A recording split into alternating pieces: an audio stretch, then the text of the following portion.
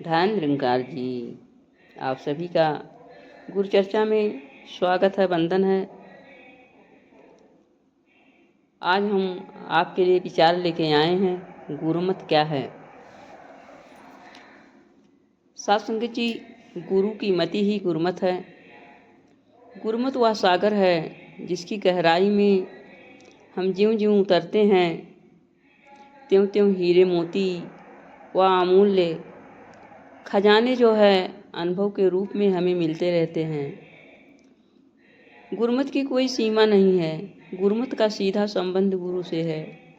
गुरसिक के बुद्धि में जब गुरु की मत आ जाती है तब गुरसिक की प्रत्येक सोच की नई दिशा मिल जाती है। गुरुमत की दृष्टि से वह सद्गुरु के निराकार स्वरूप को पहचानने लगता है। ज्यों ज्यों गुरसिक गुरुमत को जीवन का आधार बनाता है त्यों त्यों वह विशालता को प्राप्त कर लेता है। साथ संगत जी, इस तरह से गुरुमत जो होता है हमारे जीवन में खुशियाँ लेकर आता है और हम गुरुमत के सहारे जब चलने लगते हैं तो हमारे जीवन में ये ज्ञान जो है हूबहू उतरने लगता है। साथ संगत जी, यह गुरसिक जो है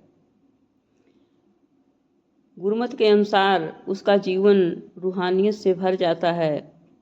यह उन्हीं के हिस्से में आता है जो गुरसिक अपनी सयानप चतुराई व मनमत सद्गुरु के चरणों में भेंट करके सद्गुरु के मति को अपना लेते हैं। जैसे सत्संगत जी पवित्र अवतार वाणी में कहा गया है, गुरसिक गुरु की आंख से देखे, गुरु के कान से सुनता है और गुरसिक ज्ञान सरोवर में से हीरे मोती चुनता है।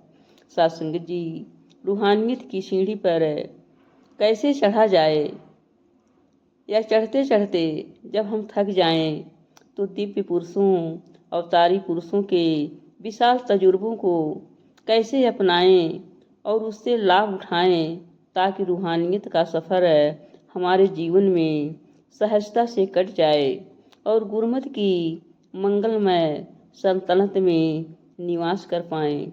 जब कभी किसी भक्त के मन में गुरुमत का एहसास में जीने की उमंग तीव्रता से उठती है तो वह जो है रब्बी पुरुषों के जीवन को बारीकी से देखता है और बहुत कुछ सीखा।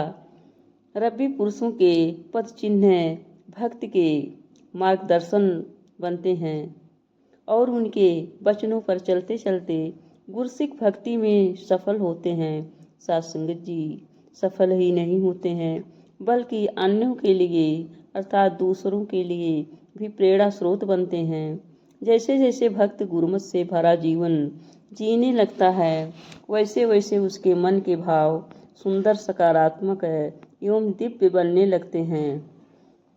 प्रेम, दया, करुणा, सद्भावना, भाईचारा, विशालता आदि उसके जीवन के श्रृंगार बनने लगते हैं।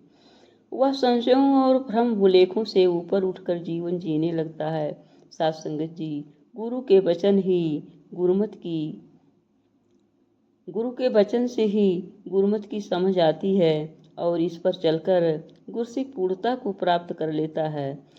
सत्संग जी, गुरु के वचनों को जैसा सुनना वैसा ही मानकर उस पर चल पड़ना ही गुरुमत है। गुरु का वचन सदा सुखदायी होता है। इस पर अपने मन को दृढ़ रखना है।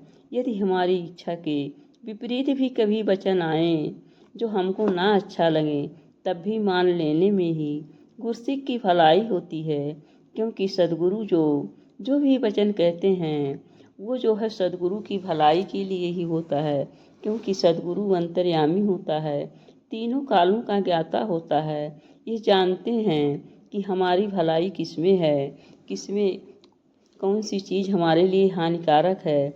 इसलिए हमें सुनने में भले बुरा लगे, सामने से हमको भले ना अच्छा लगे, लेकिन सद्गुरु जो है हमारे लिए जो भी करते हैं वो अच्छा करते हैं। इसलिए उनके वचनों में गुरसिक की भलाई का राज होता है।